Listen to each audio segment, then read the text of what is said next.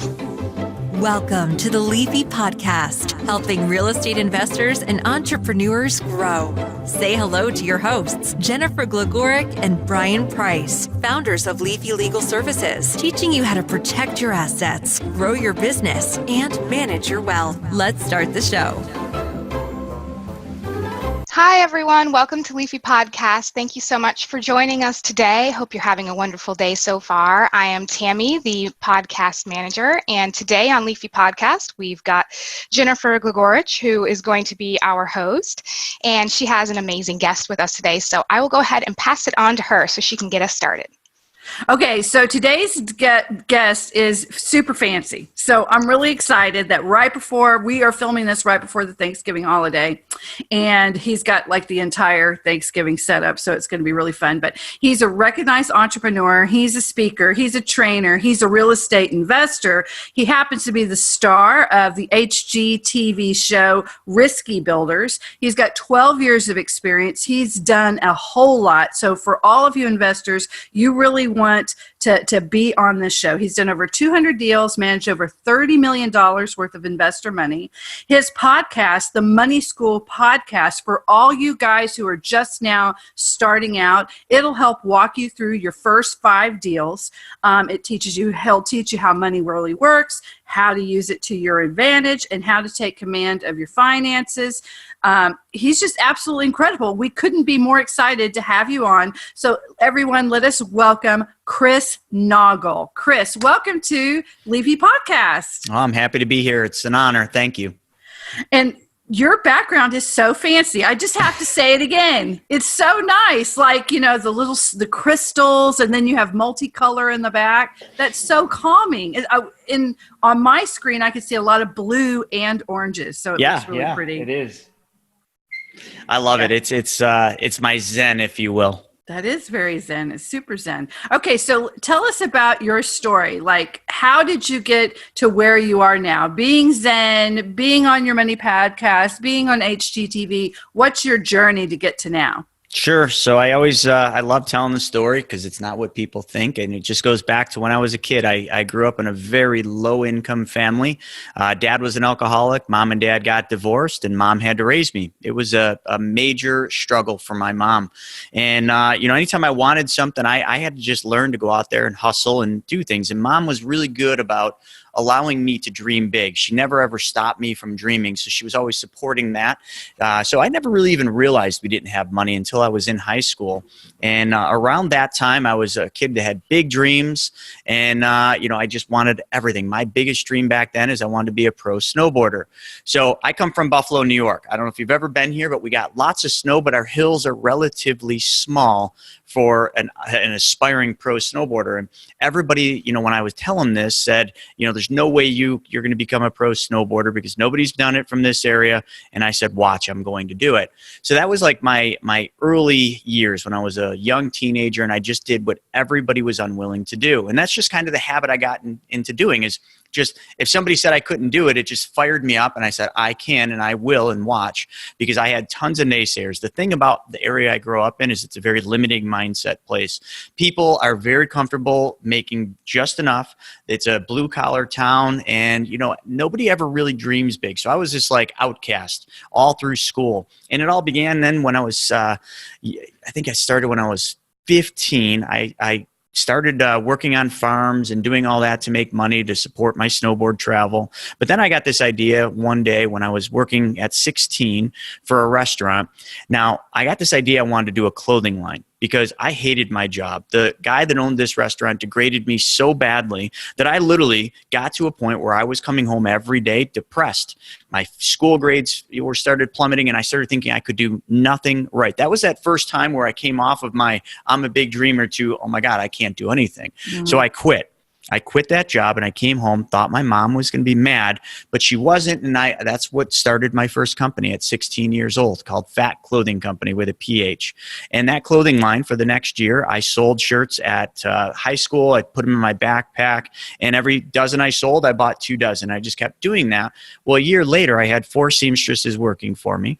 I was traveling around trying to become a pro snowboarder, selling my clothing on the way to just support the travel. Literally, like, that's all I did. So if I didn't sell sell a couple shirts, I didn't have fuel to get home. That's kind of the life I lived, and that was just normal to me.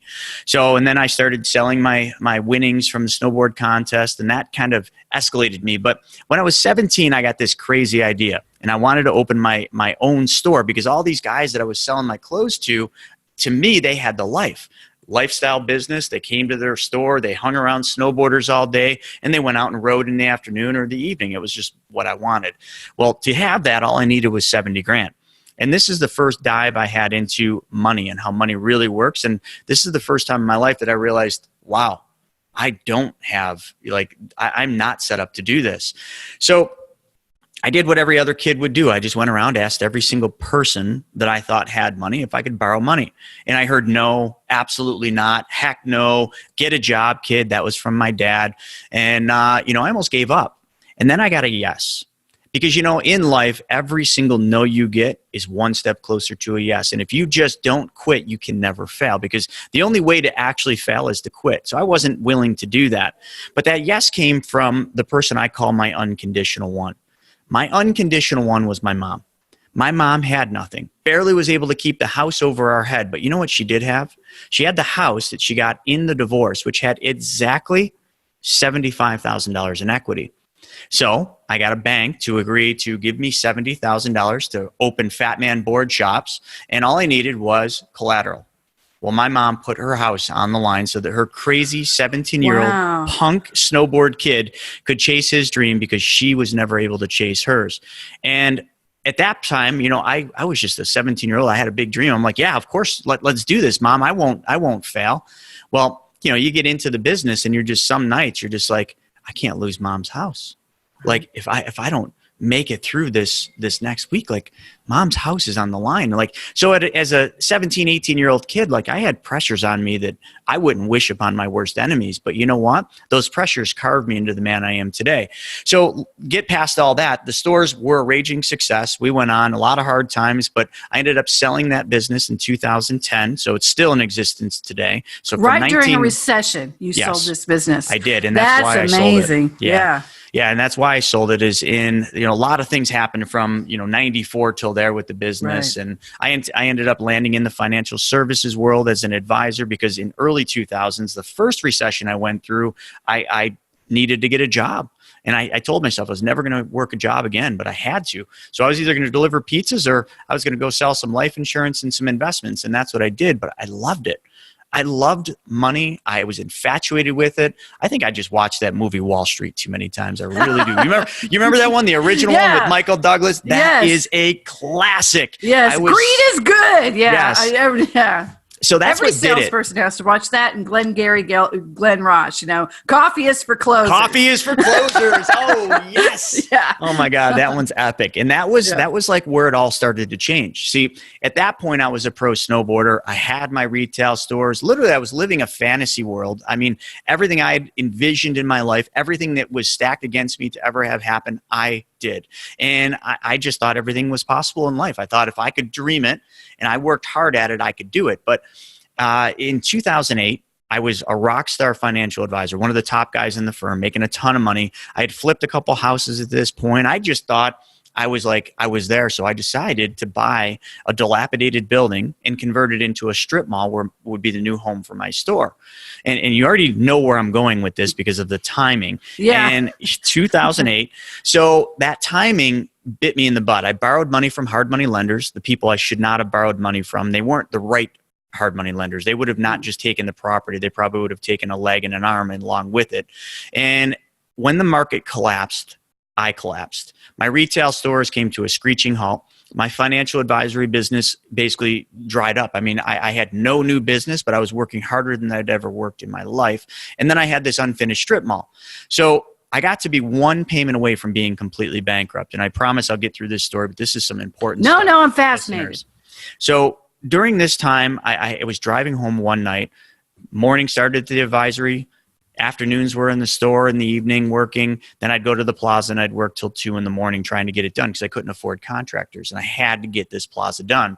And I came home. My girlfriend had just moved into my house. And I remember I had to look her in the eye and I had to say, sweetie, I need your help. I need your help paying the mortgage. I need your help paying the utilities. And this one you're not going to like. we have to rent that bedroom out because I can't make it. That was like the first time in most of my life where I realized like I was failing. And it was a hard thing, but I had no choice. So I asked her that. And most women probably would have said, I'm just going to let myself out, but not this one. I think she kind of liked me, and she ended up marrying me, and we made it through that time. And it was really tough. I mean, the next couple of years were a nightmare, but the next step of it, after I got back on my feet in 2009, is Warren Buffett was my hero. And he always said, buy low. So I started buying real estate in 2009, and I did that all the way to 2014, and I got up to 36 units. And I thought I was like, I'm making it. Yeah, I got it back. Mm-hmm. Well, in 2014, I got slapped again. And I realized again that everything I had been taught, everything as an advisor that I was taught, everything about money that I was taught, the traditional methodology of what you're taught about money, the economy, and everything else was a big lie. Because in 2014, the banks froze all my lines of credit. They wouldn't issue me any more mortgages. I literally hit what I had never known about called the debt ceiling. I hit the financial wall. And because of that, I had to sell all 36 units. Me and my wife had just moved into our dream house. Literally, like, it was just a beautiful house. The one that you put on the mirror and you stare at every day. And I had to sell that house in 2014. Oh. Yeah, it put a lot of pressures on me, my wife. There was hard times. But at that point, that's when I really got smart, and I learned that I have to learn the secrets of the wealthy. So I started paying for coaching and mentorship, and there's a lot more, but I'm not going to go into the stories here. Check the podcast out and you can hear the whole story. But, I met a couple people, and what these people were doing with real estate, with money, was the complete opposite of what I was taught to do. And when I learned this, I'm like, wait a second. Everything I've been taught, that's not the truth. That's not what everybody else is doing. The successful people are doing the opposite of what I've been taught to do and what I've been taught to do for my clients. So I went down this rabbit hole of literally self-studying, mentorship with some of these people, and I learned the secrets of the wealthy. And I still continue today to spend about well over $100,000 a year on masterminds and travel, going to meet the wealthiest people in the world, billionaires. And the only question I have for these people is, what are you doing that's different than what the public is doing? How are you handling money? How are you handling real estate? How are you doing this? And what I have found through all of this is my 2 books that I've written, The Private Money Guide and Mapping Out the Millionaire Mystery, is that what the wealthy do with money is the complete opposite of what we're taught. So today, totally different life. We had this show on HGTV. Everything's been good. 257 flips we've done, huge rental portfolio, wholesale operation. But all that is nothing compared to what I'm doing today.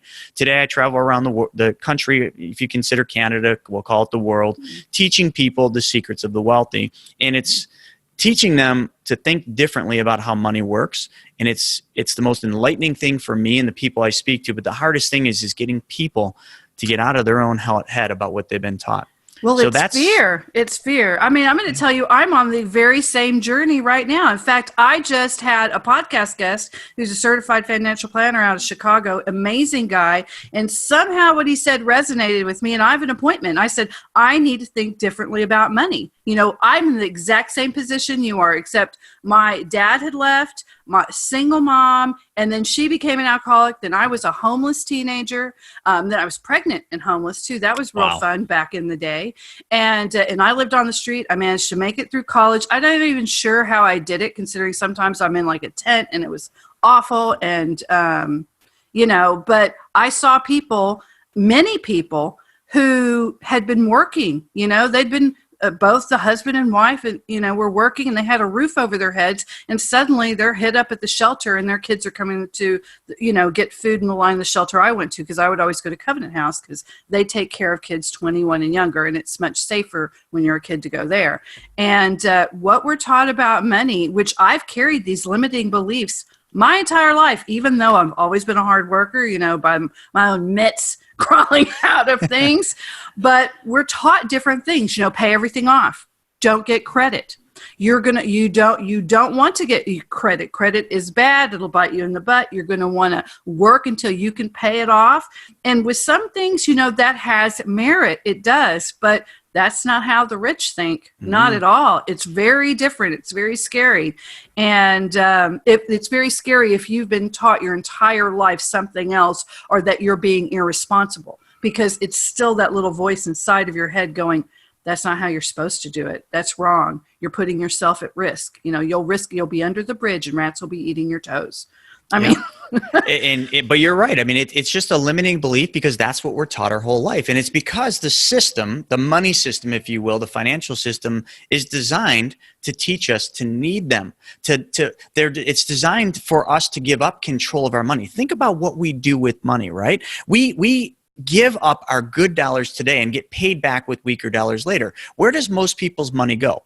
401ks, 403bs, employer-sponsored plans. We give up our good dollars today, and then someday later, 59 and a half, we're paid back our money. We're taxed on that money. Really, all we're doing is being taught how to compound the taxes on our money, which blows my mind because the funny things that we do with money, we do things with money we would absolutely never do with things that money buys. Think about this. We just talked about putting money and giving up control and all that, but would you ever go and buy a loaf of bread, come home, put that loaf of bread in your freezer, shut the door, come back 5, 10, or 15 years later, open that freezer, take out that loaf of bread, look at it and say, yum? No way. You'd have a freezer burned lump of something that you wouldn't eat. And then people are like, yeah, but I get a match in my 401k. Great. 15 years later, you open that freezer, you take out 2 freezer burned loaves of bread.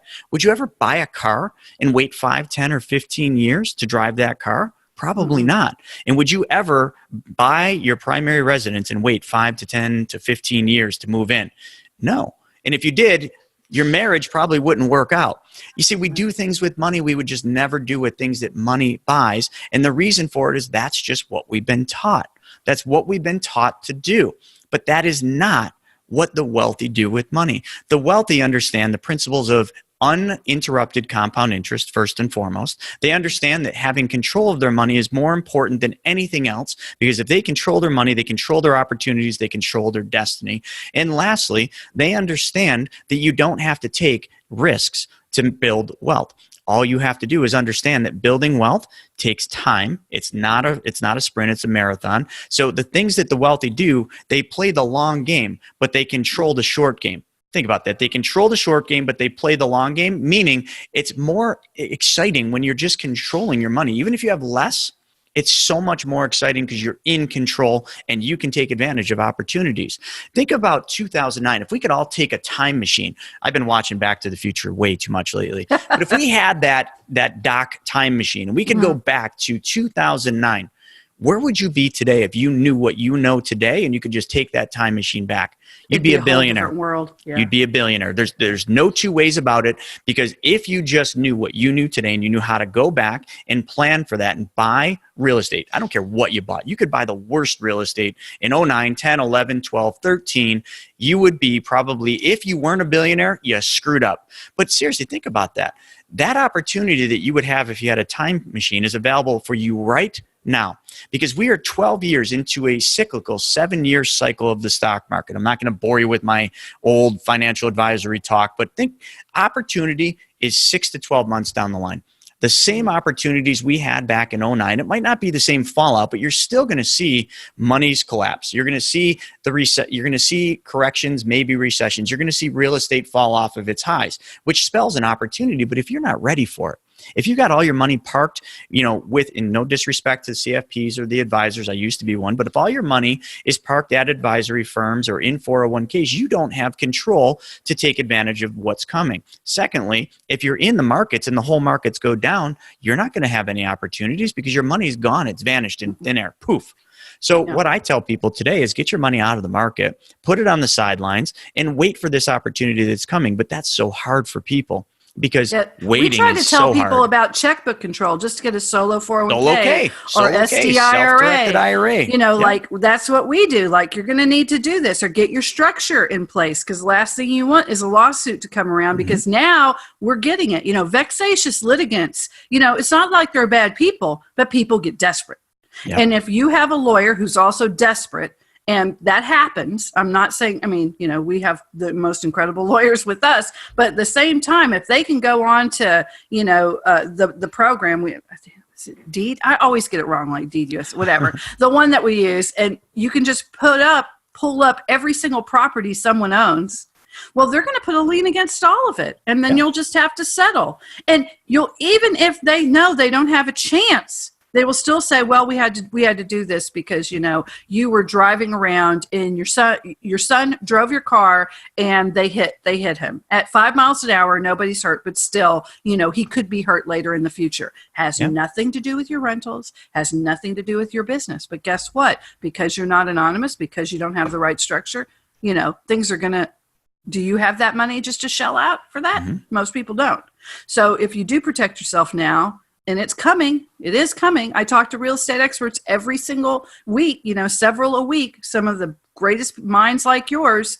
And they all say, yeah, we got to prepare now. Is it going to be as bad as 2008? Probably not. There's a lot of stopgaps in place, but it's not going to be wonderful. Right.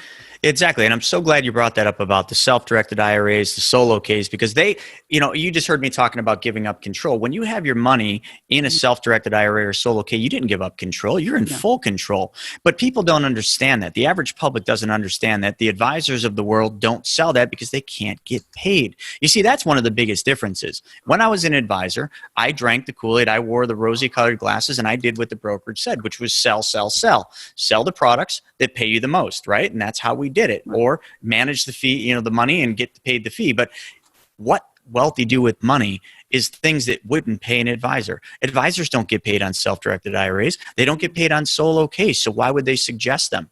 Matter of fact, they can't. They can't even suggest them. A CFP can because they are under a different set of rules, but an advisor for a brokerage cannot talk about that. And then protection. And you could look at Marcus Aurelius, you could look at any book about the history, because history repeats itself over and over again. And you will find that the people that have the money are the people that have to protect themselves. And if they fail to protect themselves, somebody's going to come and take what you have. And that somebody might not be some guy in a ski mask that's robbing you. No. The government will come and take your money.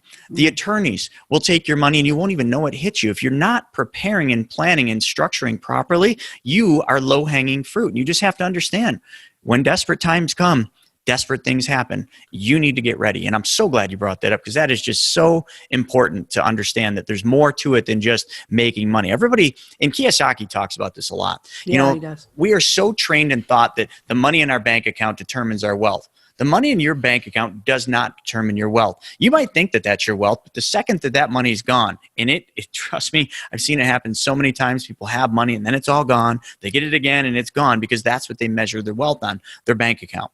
Wealth is measured on cash flow. Kiyosaki kind of wrote the book on it. Yes, cash flow is king. That's it. And what we do with real estate is cash flow. What we do with the banking functions that I speak on, it's cash flow. What we do with rentals is cash flow. Your self-directed IRAs, loan money. If you don't want to be in real estate, loan money to people that are. So you don't even have to swing a hammer. You just sit back and every day a new envelope shows up and guess what's in it? Cash flow. Right. Mailbox money. That's how wealthy stay wealthy. They don't focus on the money in their bank. Matter of fact, if they got money sitting in their bank, they're pissed. Sorry about the swear word, but they're mad because that money needs to be in motion. There's not a business in the world that leaves money sitting. They don't believe in compound interest because their money has to be moving. If money's not moving, it's not working. And we are all trained in today's society to be really good hard workers. Right? Mm-hmm. Every single person that I know in the real estate space works hard. And if they don't, I just don't talk to them. But they're all hard workers and they all know how to make money. But they know how to make money. They just simply do not know how to keep it. They make it, they spend it because that's what the system is training us to do. The secret of the thing is when you make money, you have to put your money to work. But what we are taught to do is make a bunch of money, let that money sit around and be lazy. I always talk about from stage, I say this. I say, we're so good at working hard. We go to work, we work overtime, we come home exhausted. But really, if you open your eyes and look at what's really happening, your money every day is sitting on your couch, watching your TV, drinking your soda, and heck, it's probably even eating your Lay's potato chips. We just let our money sit on the couch and be lazy while we're off working. You gotta get to work. Yeah, exactly. We got to start thinking about how our money can go to work for us, how our money can work harder than we ever can. All we need to do is know how to make our money work for us and make it happen over and over. And it's a change in mindset. And that's the hardest thing, because it's thinking differently about how money works than everything you've been taught. We've been taught Make money, give it away, give up control. Make money, put it in our savings, our CDs, our whatever account you're doing it. And that money just sits there because that's what we know.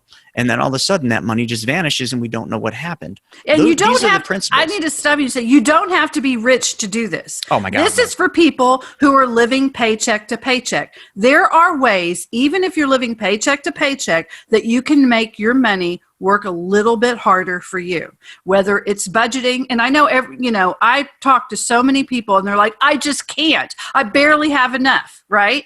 And I like to do, you want to talk about the back to the future. So I always tell them, we always talk about, oh my gosh, if we could just go back in history, but then if we stepped on the wrong leaf, the sky would rain donuts. So that's why we can't do it, because any little thing you do in the past can affect your future. Mm-hmm. And I said, anything little thing you do right now will affect your future. Now is that time back in the past. So if that little donut that you save or whatever, you can make that work harder. And it is mindset. And I'm like in the process of learning it right now to do that. So, and I understand how hard it is when you're tired, you're sick and tired of being sick and tired. You surround yourself with other people who they don't mean to, but maybe they're telling you you're not good enough, or that's stupid, or, oh yeah, blah, blah, abundance, like it's all going to come from the sky. No one's telling you you're not going to work hard. They're not saying that you're not going to have to learn. They're saying that with whatever little bit of time you have, with every tiny bit of resources, you can find a way to do it. And believe you me, it's not going to be nearly as exhausting as you think. It's just a tiny change. Yeah. With the Money Multiplier, the biggest thing that we teach people to change one thing in their life. We don't want them working any harder. We don't want them working any longer. We don't want them giving up control of their money or taking on any more risk. And people think that, well, if I don't do any of that, I can't get ahead. Yep. You're absolutely wrong. You're wrong. If you change one thing in your life, you just talked about that Back to the Future thing, where if you went back and you changed one thing, what your life would look like. You're absolutely right. I just did an Insta story about this because I watched Back to the Future. I said, if you folks understood that if you change one thing today, your future will be drastically different. But you just want to think in the past. But the only thing you can control is the now.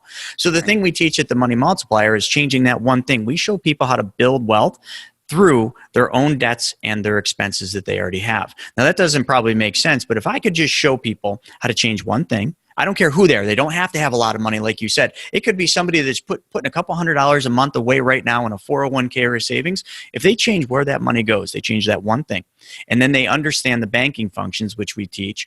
If they change just that, we could teach them how to take back all the money that they're giving away to everybody else. You see, people can't get ahead in life because all their money is going to somebody else. If you looked at the statistics, 90 cents of every dollar, it's actually more now, but 90 cents of every dollar is going out to everybody else, and we keep roughly 8% of that. That's what our savings rate is in the US. But if we just started paying ourselves first, putting the money somewhere and then paying everybody else differently, that would allow us to recycle and recapture all the money we give to Visa, Discover, Amex, our car finance company. Literally, I show people in 10 minutes how they can get all the money back for every single car they will ever buy, drive, and own. And people, when I tell them I can teach you how to do this, they say, oh, that sounds too good to be true. That must be a scam. Good. Next, because obviously you don't have the right mindset to understand the principles of the wealthy, because the way to get all the money back for all the cars you ever buy, drive, and own is literally as simple as 10 minutes and you changing one thing in your life.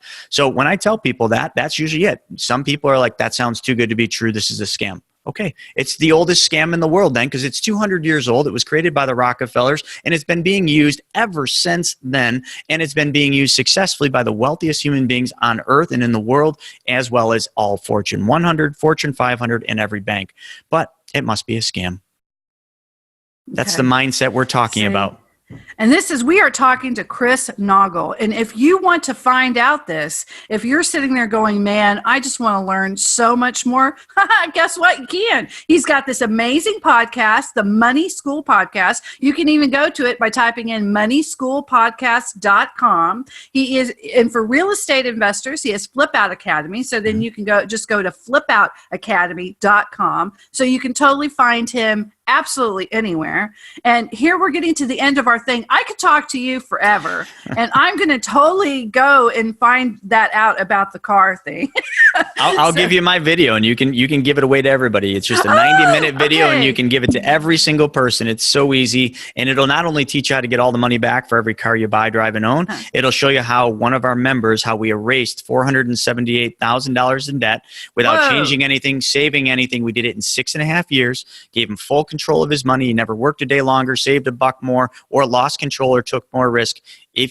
That's literally probably one of the most life-changing things you can see, how we did that. And when you see it, you're like, oh my God, this is too simple. You're darn right, it's simple. Everything we do is simple, like literally 5th grade. Everything you were talking about, self-directed IRAs, it's 5th grade level stuff. You just got to know how to do it. Yeah. Well, if you want a self-directed IRA, you just have to call me because I'll get you set up like bingo. Immediately. Okay. Well, I want to thank you, Chris, for coming today, for talking to us, for just exploding our minds. And Tammy, it's time for Tammy to take us away from this wonderful episode. But thank you, Chris. You're very welcome. It was my pleasure. Thank you.